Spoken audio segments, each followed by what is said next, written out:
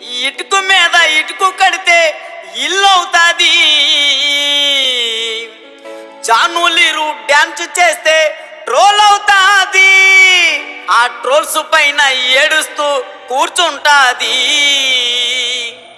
ఆ ఊపురా బెర్రీలు చూస్తే జాలేగుంటది.